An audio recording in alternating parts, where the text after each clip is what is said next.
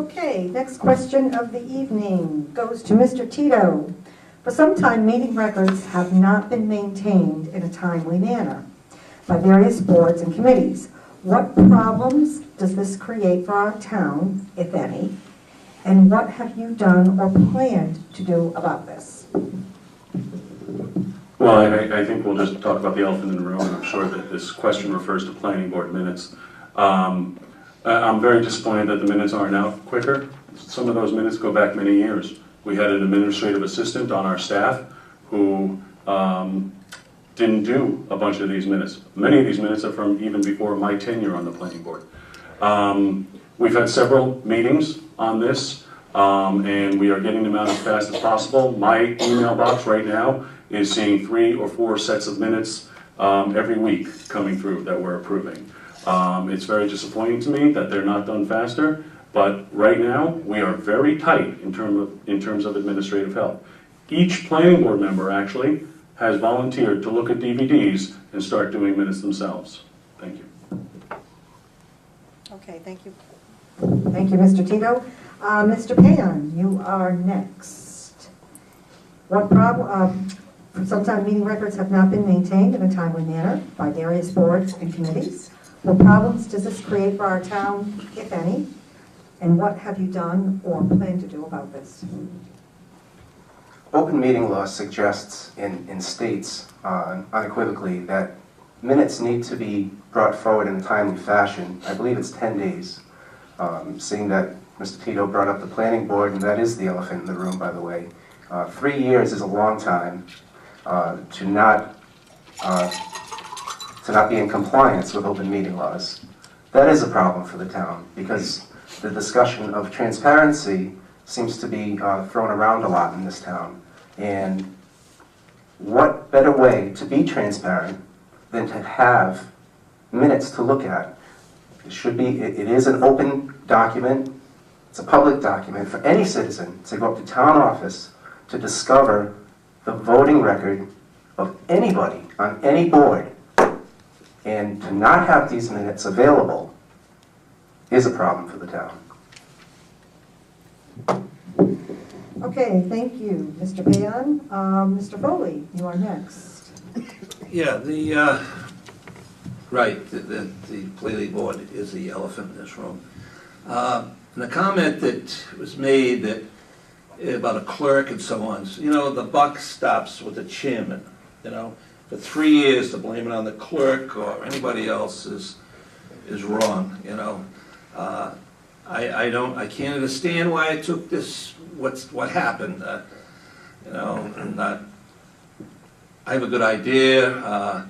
You know, sometimes people don't want to get minutes out. You know, for some reason, I don't know what that. But that's happened. So, you know, the Attorney General, I checked with him. Elected boards are very difficult for the selectmen to enforce these minute records, minutes obligations, and so we've had communicated with this board, and they promised they would do this in a timely fashion, but we're still waiting. Okay, and finally, Mr. Costello. I guess the buck stops here.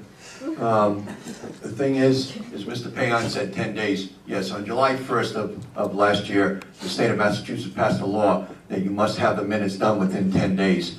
The planning board has been compliant to that since then, and they are continuing to be in compliance of that law. Prior to that, our planner, conservation agent, she only works for the planning board 20 hours, she works for the conservation 20 hours, had 2 administrative aides, 2 people doing minutes, 2 people. One was laid off and let go, and the other one was laid off and let go. She has to do the planning board business and the conservation business and do all the administrative business. This has, since '08, has brought her in arrear. But before that, we had minutes that weren't done by our administrative aide that was employed by the town. She was getting paid and she did not do them. And the selectmen were behind 7 months on their minutes, and they sent their town administrator home to do the minutes.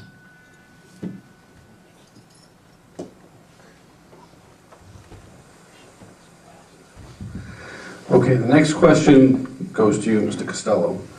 If you're elected selectman and you find your opinion differs from the other selectmen a majority of the time, how will you work together with your fellow selectmen, and will you resign? Mike never resigns. I just wouldn't do that. I would try to work with my selectmen to do the job, get it done to the best of my ability. That's all I can do. If they don't listen to my opinion, then that's their opinion. But I would bring research before them, make sure I have the facts all in place before I put them on the table. Hopefully they will see the facts and they would vote in the right way, make sure that it's for the people of Rehoboth and not for an agenda.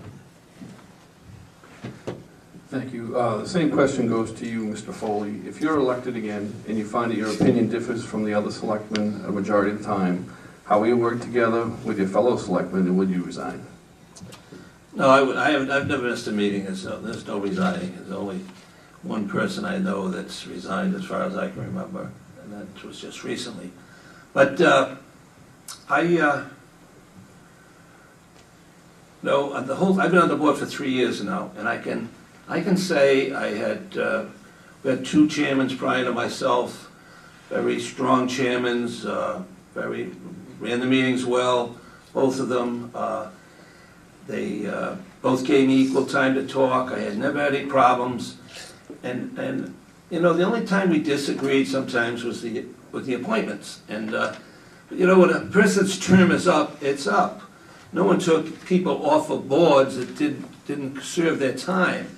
And it's like any other part of government, that's your right to do that. There seems to always be a problem with that, no matter what side you're on and who's in control, so to speak. So I thought, thank you.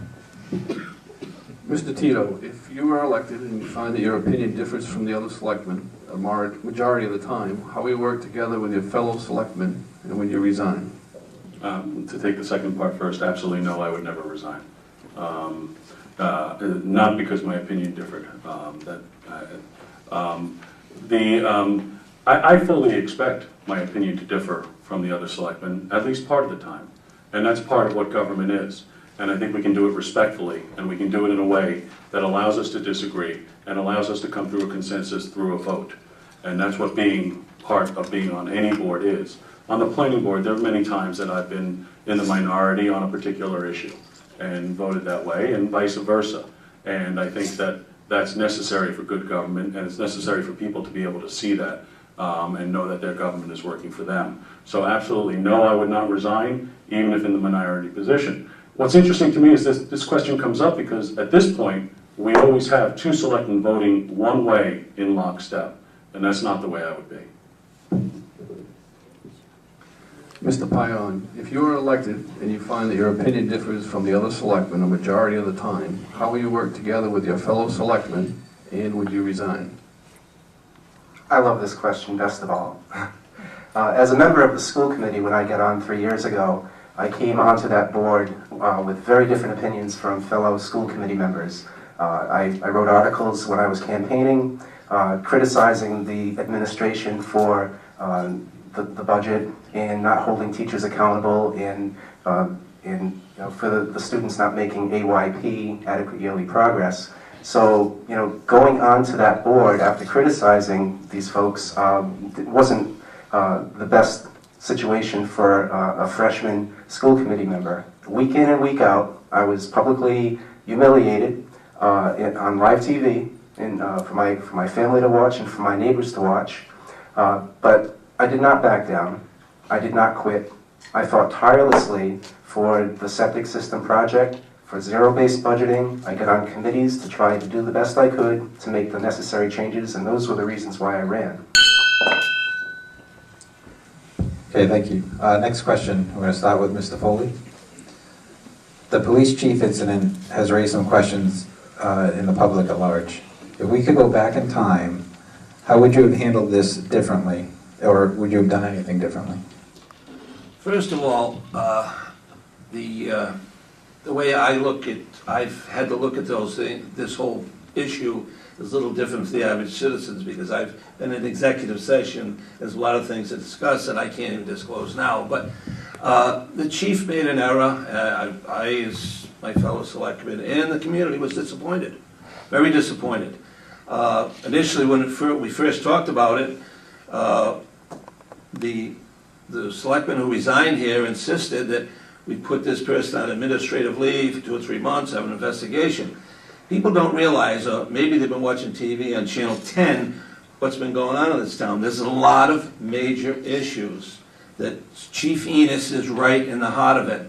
And he's the one that's taken the lead in this town with different agencies throughout the government, from federal right down to state. So I didn't think it made sense to remove this person and not follow through with it. So it was a tough decision for me, and I believe I did the right thing. We will talk to him after this comes out. Thank you. Mr. Costello, the police chief incident raised some questions to the public at large. If you were a selectman at the time, how would you have handled this issue any differently? Well, I believe if I was selectman at the time, we wouldn't be talking about this right now, because what I would do is, I already read the police report, so I would have known that, plus Mr. Foley has said that there was stuff behind executive session. The chief did make a mistake. He had a town vehicle in his command. He had a loaded weapon that was in the vehicle, crucial computer components in the vehicle, and he gave them keys to a civilian. I would have put him on administrative leave immediately and investigated it, and probably, you know, if it warranted, a suspension of some time. He would have came back probably with his pride in the respect of the police department. This is probably the proper way to have done it, instead of this long dragged out thing that we're seeing today in our paper and our news. Thank you. Mr. Payon, if you were selectman, how would you have handled the situation differently? Well, 2020 is in hindsight. Hindsight is 2020, I should say. I cannot respond to that because I wasn't privy to executive session discussions that had taken place. I know what you know. We read in the papers one thing, we hear innuendo from different organizations, we read things online and on blogs, but the facts are the facts, that he wasn't convicted of any crime.